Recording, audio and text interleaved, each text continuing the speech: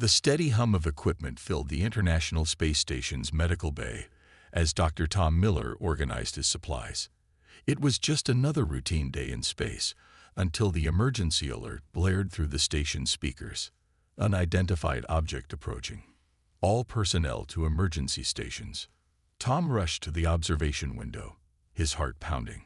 Through the reinforced glass, he saw something that defied explanation. A massive ship, clearly not of Earth origin, its metallic surface gleaming with an otherworldly blue glow. "This is Commander Adams. All crew members maintain calm and follow first contact protocols." The station commander's voice crackled over the intercom, steadied despite the situation.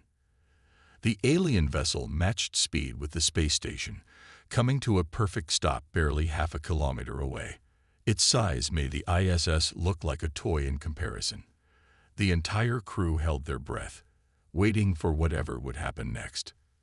A transmission cut through their communication system. "This is Commander First Class of the Starship Lumina.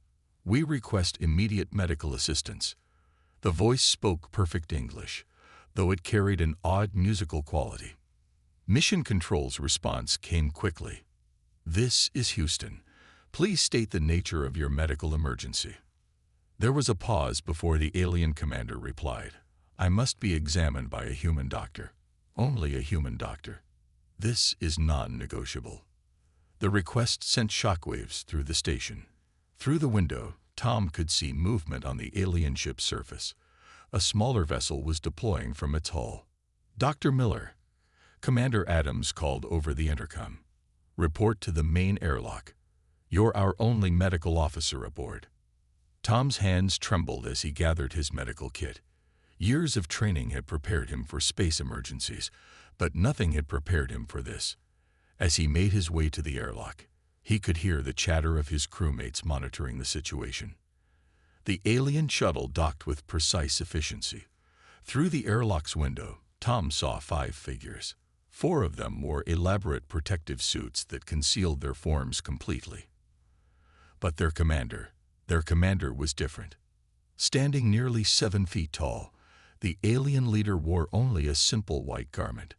Their skin had a faint bluish tint, and their eyes, all 3 of them, were fixed directly on Tom. What struck him most was how almost human they appeared, despite the obvious differences. "Doctor," the commander spoke, their voice the same as in the transmission.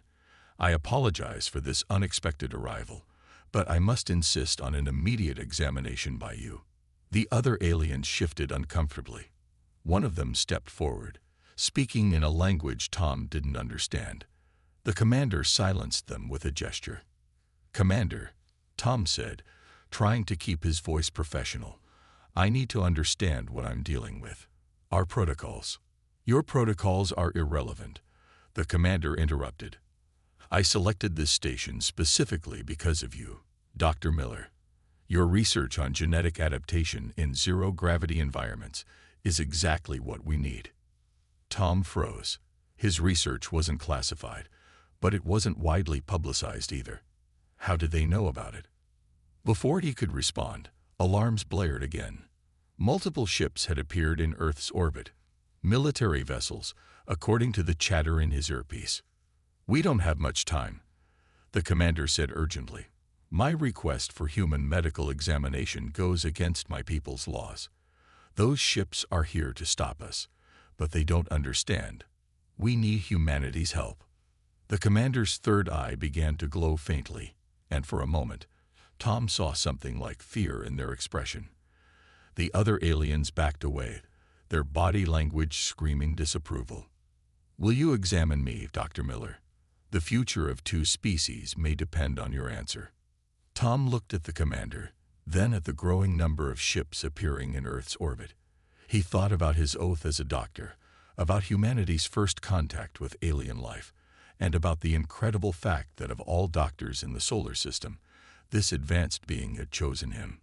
He squared his shoulders and made his decision. "I'll examine you, Commander, but we do this by my protocols, for everyone's safety." The commander's 3 eyes blinked in unison, and something like a smile crossed their strange features. "Thank you, Doctor. You've already proved my theory about humans correct. Behind them, the new ships drew closer, and Tom knew that whatever happened next would change humanity forever. The secure medical facility beneath Denver's military base hummed with activity. Dr. Tom Miller watched through reinforced glass as a team of technicians prepared the examination room.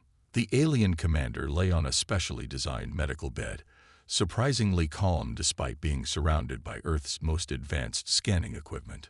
"All readings are stable, Doctor," said Jack, the lead technician.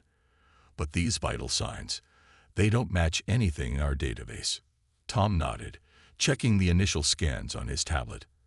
After the dramatic escape from orbit, where the commander's ship had created some kind of energy field to protect the shuttle during atmospheric entry, they'd been rushed to this underground facility. "Beginning deep tissue scan," announced Mary, another technician. The room filled with a soft blue light as the scanner moved over the commander's body. "Doctor, you need to see this." Tom's eyes widened as the images appeared on the main screen. The commander's internal structure was bizarrely familiar. "This can't be right," he muttered. "Run it again." "Already did," Mary replied. 3 times. The cellular structure. It's like looking at Earth's prehistoric life forms, but more advanced. The commander's 3 eyes focused on Tom. "You see it now, don't you, Doctor?" Why it had to be a human examining me? Before Tom could respond, the commander's skin began to change. Intricate patterns, previously invisible, started glowing with a soft green light. They formed complex spirals and shapes that reminded Tom of DNA helixes. "Fascinating," the commander said, watching Tom's reaction. "Your species still shows such genuine curiosity. We lost that long ago." Alarms suddenly blared from the monitoring equipment. The commander's body temperature was rising rapidly, and the glowing patterns were pulsing faster. "We need to cool them down," Tom ordered, reaching for emergency cooling packs, but the commander raised a hand to stop him. "This is normal, Doctor. The patterns you see, they're not just decorative. They're a living record of my species' history. We've been watching Earth for a very long time." The room fell silent. Even the military personnel watching through the observation window seemed to lean forward. "How long?" Tom asked, his mouth dry.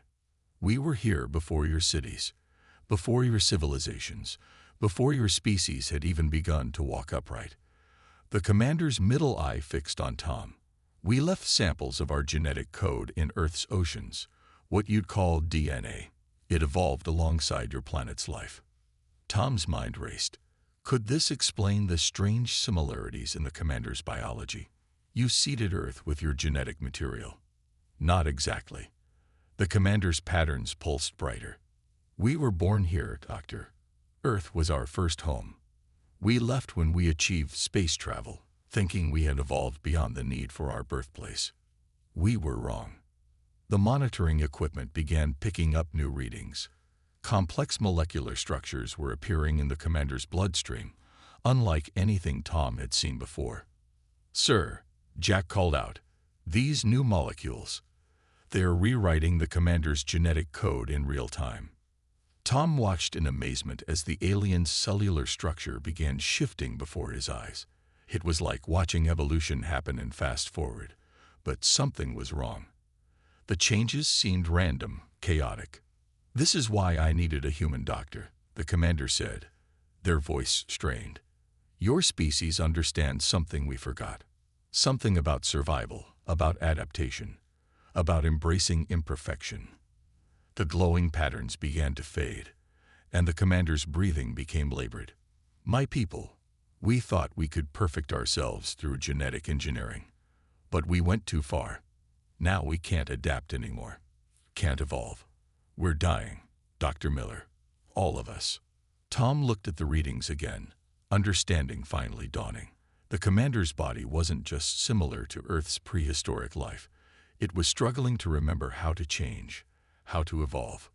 "How long do your people have?" Tom asked quietly. The commander's 3 eyes dimmed slightly. "Without help. Perhaps 3 generations.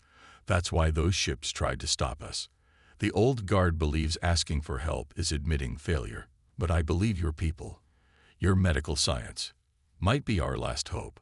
The patterns on the commander's skin faded completely, leaving behind what looked like ancient script etched into their blue-tinted skin. Whatever came next, Tom knew this examination had just become the most important medical case in human history. The laboratory's white walls seemed to close in as Tom studied the genetic sequences displayed on the holographic screen. For 3 days straight, he had been comparing the commander's DNA with Earth's fossil records, and what he found left him speechless. "This is incredible," he muttered, zooming in on a particular sequence. "Dr. Adams, look at this pattern." Dr. Robert Adams, Earth's leading paleogeneticist, leaned forward in his wheelchair. His eyes widened behind thick glasses. The similarity to the Cambrian period specimens is undeniable, but this is far more complex. The commander, still lying on the medical bed, but now surrounded by even more sophisticated equipment, watched them with obvious interest. Their skin had stopped glowing, but the ancient markings remained visible.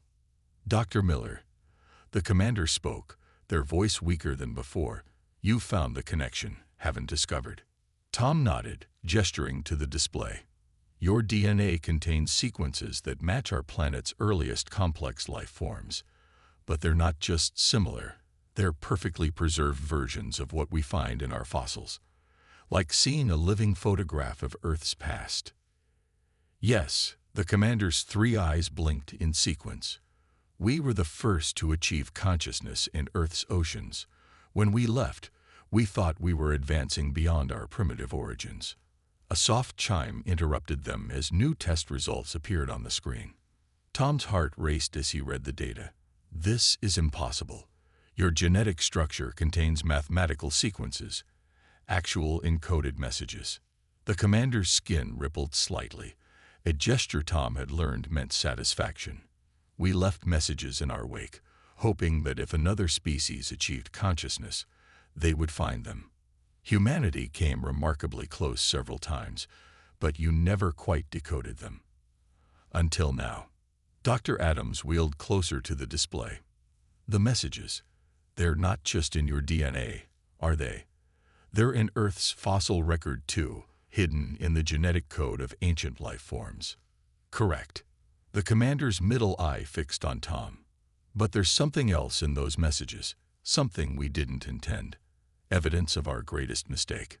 Tom began decoding the sequences, his fingers flying over the holographic controls. The mathematical patterns began shifting, forming complex structures that looked almost like instructions, he breathed. "These are instructions for genetic engineering. But they're also a warning." The commander's skin darkened slightly, their version of a grimace. "We thought we could perfect our own evolution. These messages show the beginning of that process, but they also show what we didn't understand then. Evolution requires uncertainty, requires chaos." New alarms began sounding from the medical equipment. The commander's vital signs were fluctuating wildly. "Your species achieved something remarkable," the commander continued, their voice growing fainter. "You evolved naturally, embracing all the randomness and imperfection that comes with it. While they gestured to their failing body. "We engineered ourselves into an evolutionary dead end." Tom rushed to stabilize the commander's condition, but the alien raised a hand to stop him. "This episode will pass. It's just another symptom of our condition. Our bodies trying desperately to evolve, but lacking the mechanisms to do so."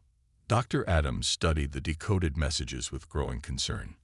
"These instructions, they show how your people removed the elements of your DNA that allowed for natural mutation. You literally engineered out your ability to evolve." "Yes," the commander agreed.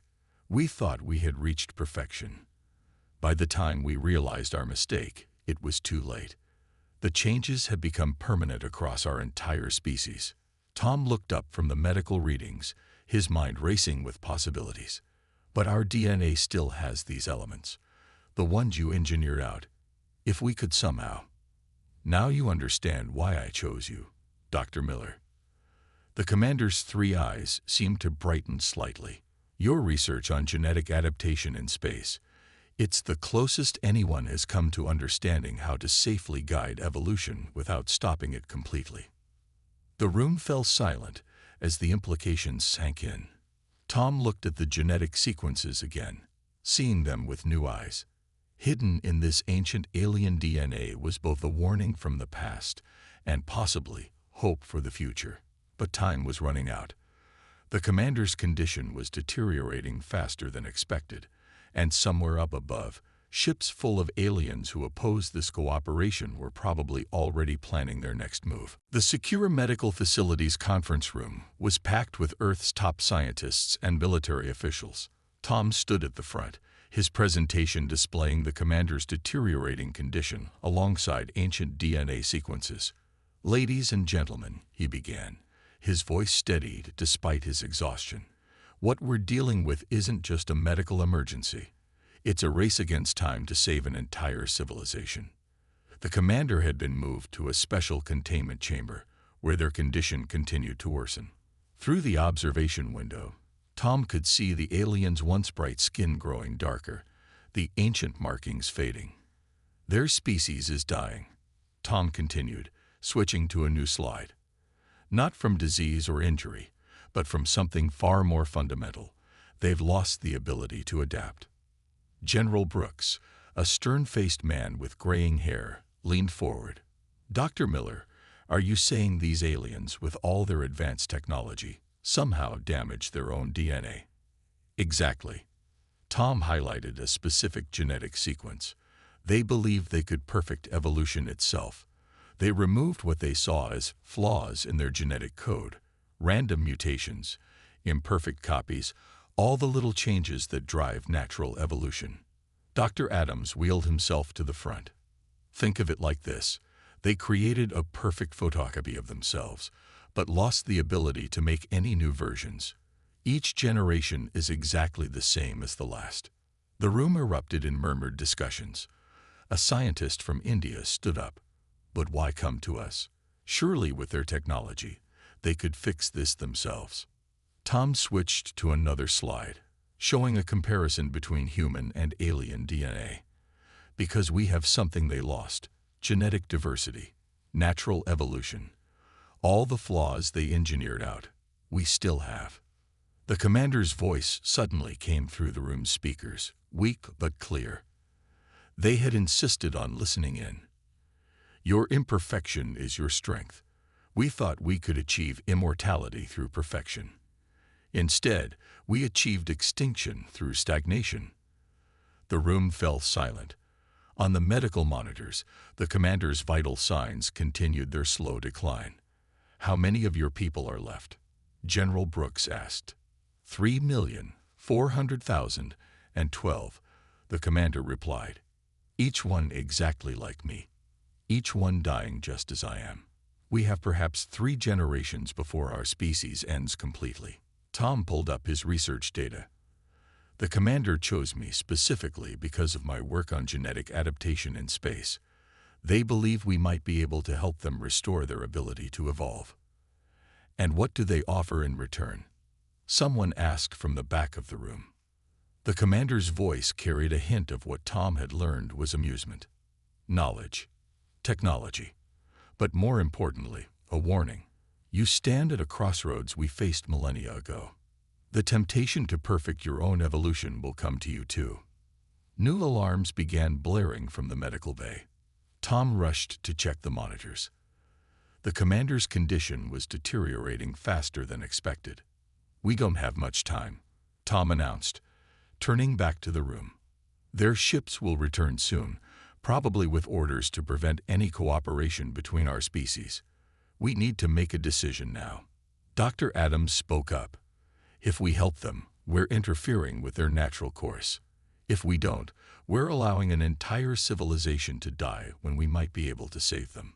The commander's voice came again, weaker than before. "Consider this, humans. We left Earth believing we had outgrown it. We thought we could improve upon nature's design.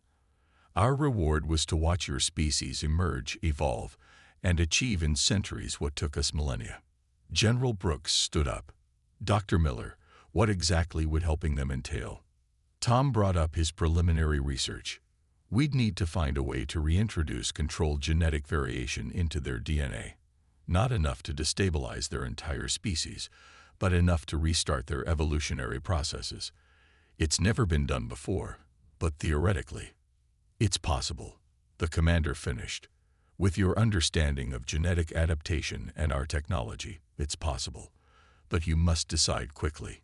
My condition is worsening. Tom looked around the room, meeting the eyes of Earth's leaders. In them, he saw the weight of the decision they faced. Help an alien species cheat extinction, or let nature take its course. The fate of an entire civilization hung on their answer. The massive underground laboratory buzzed with activity as Tom and his international team worked around the clock. They had received approval to help the commander, but with each passing hour, the challenge seemed more daunting. Look at this, Tom said, pointing to a simulation on the holographic display. Every time we try to introduce genetic variation, their enhanced immune system attacks it. It's like their bodies are programmed to fight any change. The commander watched from their medical pod, their skin now a pale gray instead of its original blue tint. Yes, the ultimate expression of our folly. We designed our bodies to maintain genetic perfection at all costs. Dr. Adams reviewed the latest test results. It's remarkable. Really, your immune system doesn't just fight disease, it fights evolution itself. A young geneticist named Lisa rushed into the lab, clutching a tablet. Dr. Miller, I think I found something. She pulled up a new set of data on the main screen. Look at how their genetic locks respond to human DNA markers. Tom studied the results, his eyes widening. This is different. Instead of attacking the human genetic material, their system tries to learn from it. The commander's three eyes brightened slightly. Of course, that was the final test. Everyone in the lab turned to face the alien leader. Test? Tom asked, suddenly suspicious. What do you mean? The commander's skin rippled with what Tom now recognized as their version of a smile. We didn't just come to you for help, Dr. Miller. We came to see if you would help. If you could help. Your species' response to our crisis was as important as your scientific capability. You mean this whole thing was an experiment? General Brooks demanded from the observation room above. Not an experiment. A verification. The commander's voice grew stronger. We needed to know if humanity had achieved something we lost long ago. The balance between advancement and compassion, between scientific progress and ethical restraint. Tom looked back at the genetic data, seeing it with new eyes. Your bodies aren't fighting all change. They're fighting change without purpose, without consideration for life itself, the commander finished. Our perfect bodies reject meaningless modification, but they recognize and respond to patterns that support life. Your DNA, with all its beautiful imperfections, represents exactly that. Lisa pulled up more data. That's why standard genetic modification keeps failing. We've been trying to force changes, but we need to. We need to teach their bodies how to evolve again, Tom said slowly. Not by changing their DNA directly, but by reminding it how natural evolution works. The commander's skin began to show traces of its original blue color. Now you understand the true purpose of our visit. We didn't just need your help. We needed to prove that you were worthy of helping, that you wouldn't repeat our mistakes. Dr. Adams wheeled closer to the commander's pod. All those ships that tried to stop you, they don't just disagree with getting help. They disagree with the idea that they need to change at all. Correct. The commander's middle eye fixed on Tom. They believe our current form is still perfect, that our inability to evolve is a small price to pay for genetic purity. They would rather see our species end than admit we were wrong. Tom turned to his team, mind racing with new possibilities. We need to completely rethink our approach. Instead of trying to modify their DNA directly, we need to create a teaching sequence, something that shows their bodies how natural evolution works. Using human DNA as a template, Lisa added excitedly, already typing on her tablet. The commander's monitors showed improving vital signs. And now you've passed the final part of the test. You didn't just offer help. You found a way to help that respects both what we are and what we need to become. But before they could celebrate this breakthrough, new alarms began blaring throughout the facility. General Brooks's voice came over the intercom, tense and urgent. Dr. Miller, we're picking up multiple ships entering Earth's atmosphere. A lot of ships, and they don't look friendly. The race to save the commander's species had just become a race against time itself. Red warning lights flashed throughout the underground facility as Tom and his team raced to finish their work. Above ground, dozens of alien ships had entered Earth's atmosphere, their intentions clear: stop the commander's heretical quest at any cost. How much longer? General Brooks demanded over the intercom. Earth's defense forces were mobilizing, but everyone knew they were outmatched against such advanced technology. Tom checked the latest simulation results. The teaching sequence is almost ready, but we need at least an hour to test it. If we get this wrong. We don't have an hour, Lisa interrupted, pointing to the tactical display. The alien ships had formed a perfect circle around the facility's location. The commander's voice came from their medical pod, stronger than it had been in days. They won't attack immediately. First, they'll make demands. Right on cue, every screen in the facility flickered to life. A stern-looking alien appeared, nearly identical to the commander but wearing elaborate ceremonial armor. "This is High Protector of the Eternal Form," the new alien announced.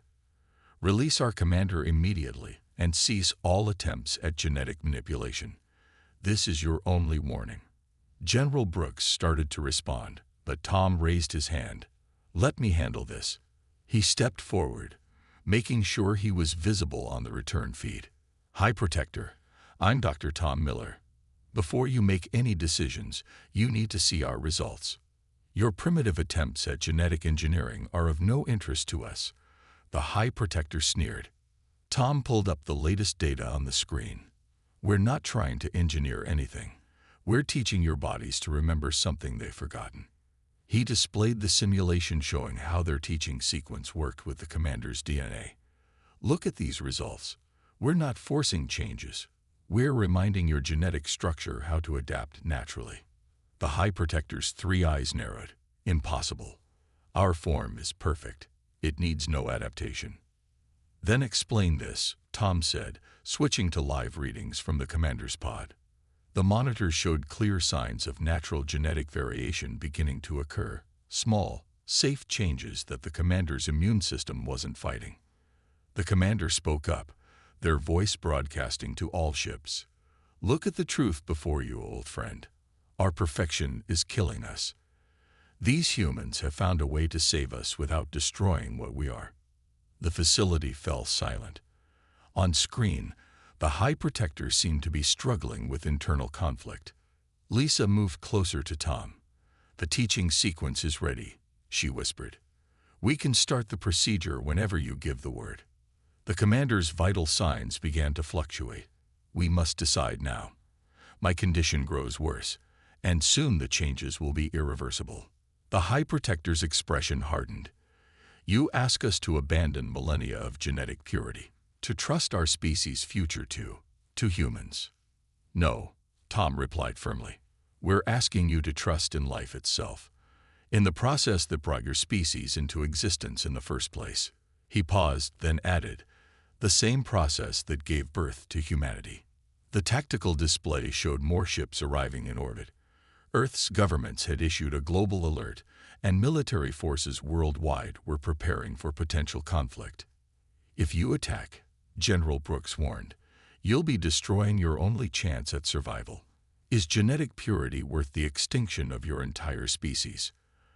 The commander's monitors began showing critical warnings. "Choose quickly, old friend," they said to the High Protector. "I can feel our genetic structure beginning to fail. Soon, there will be nothing left to save." Tom looked at his team, then at the screen showing the alien ships surrounding them.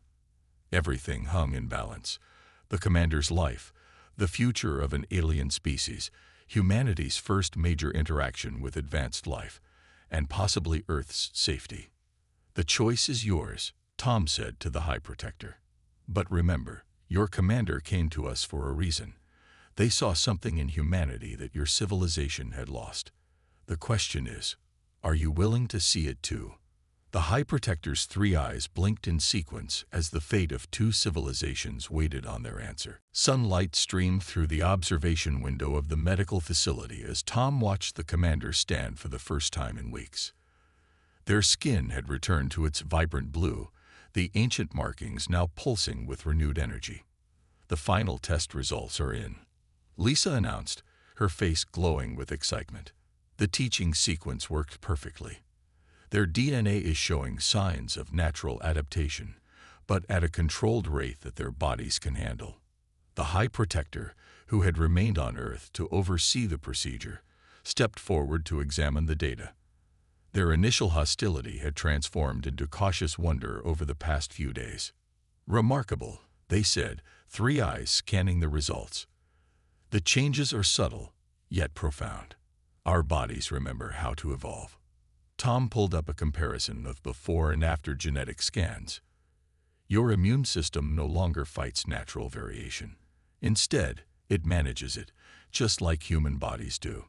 You've regained what your ancestors engineered away. The commander walked to the window, looking out at the Earth's horizon. Our people called this planet the Cradle, when we left it millions of years ago. How fitting that we had to return to our birthplace to remember how to live. In orbit, the alien fleet had transformed from a threatening armada into a peaceful gathering. Ships were arriving daily as more of their people came to receive the treatment. The process is already being implemented across our colonies, the High Protector reported. Within a year, our entire species will have restored their ability to adapt naturally. Dr. Adams wheeled into the room, carrying fresh data tablets. The most fascinating part is how your bodies are already showing signs of environmental adaptation. Small changes, but significant ones. Like newborns learning to walk, the commander mused. We must learn again what our ancestors knew instinctively. General Brooks entered the room, accompanied by representatives from Earth's major nations. The cooperation agreement has been finalized. Your people will share their technology, and will help monitor your species' adaptation process. And more importantly, Tom added, we've agreed to establish guidelines for genetic engineering. Both our species now understand the importance of balancing progress with natural evolution. The commander's skin rippled with pleasure. We came seeking salvation but found something far more valuable: wisdom. Your species showed us that imperfection isn't a flaw to be corrected, but a gift to be treasured. Lisa brought up new data on the main screen. We're already seeing incredible applications for human medicine. The controlled adaptation techniques we developed could help treat genetic diseases without disrupting natural evolutionary processes. A gift shared between worlds, the High Protector acknowledged. Perhaps this is why the universe guided our paths to cross. Tom watched as more alien ships descended through the atmosphere, carrying others seeking treatment. Each one represented thousands of lives that would now continue, evolve, and thrive. There's one more thing, the commander said, turning to face the gathered humans. In our archives, we found references to other species we encountered during our travels, species that might benefit from what we've learned here. The implications hung in the air. Humanity hadn't just saved one alien civilization. They'd discovered a way to help others who might have made the same mistake. We stand ready to help, Tom said, speaking for all humanity. After all, evolution isn't just about survival. It's about growing, learning, and changing together. The commander's three eyes seemed to smile. Then let this be the beginning of a new chapter for both our peoples. A chapter where we remember that the greatest strength lies not in perfection, but in the ability to adapt, to change, and to grow. Outside, the sun set on a changed Earth. Humanity had passed its first major test as a spacefaring civilization, not through superior technology or military might, but through understanding something fundamental about life itself. The commander touched the window gently. You know, Dr. Miller, when I first demanded that a human examine me, even I didn't fully understand why. But now I do. We needed to remember what it meant to be truly alive. And as night fell on this historic day, two civilizations looked toward a future neither could have imagined alone, a future where imperfection wasn't just accepted, but celebrated as the very force that kept life itself moving forward.